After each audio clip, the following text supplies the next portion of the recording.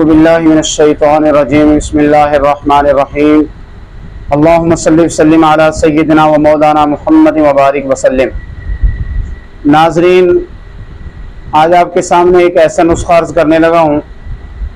ये बहुत ज़्यादा मसाइल हैं जरसूमे की कमी के, जरियान व एहतलाम के, और ये जो आज मैं नुस्खा अर्ज़ करने लगा हूँ ये बिल्कुल फ्री है।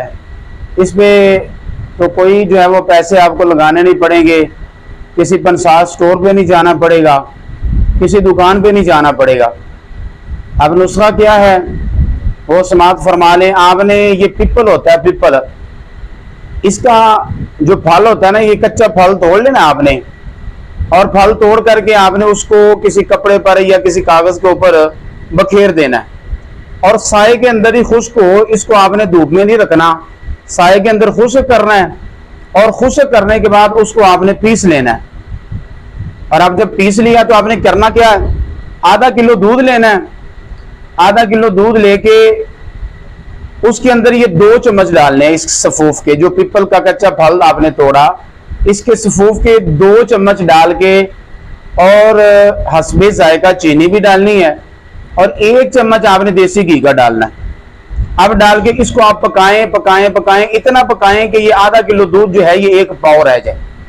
और फिर आपने उसको निहार मुंह, यानी खाने से 2 घंटे पहले, सुबह और शाम आपने ये इस्तेमाल करना। 2 घंटे तक कोई चीज नहीं खानी, तो आप ये इस्तेमाल करें। फिर इंशाअल्लाह उल करीम 45 दिन का ये नुस्खा 45 दिन इस्तेमाल कर लें।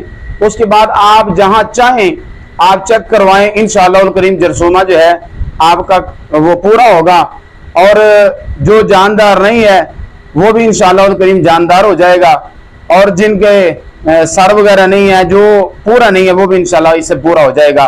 मिकदार भी पूरी हो जाएगी, और जो सोमा जो है वो ताकतवर भी हो जाएगा इंशाल्लाह उल करीम। और परहेज क्या आपने करना है, परहेज आपने ये करना है कि फार्मी मुर्गी का अंडा नहीं इस्तेमाल करना, और बेकरी वगैरह की बनी हुई अशिया और मसनूई जो चीजें हैं, मशरूबात जो हैं, इनसे आपने परहेज करना है। हम बिस्री से परहेज करना है। तो इंशाअल्लाह उल करीम 45 दिन के बाद आप चेक करवा लें, अल्लाह के फजल करम से जरसूमा जो है ये आपका पूरा हो जाएगा।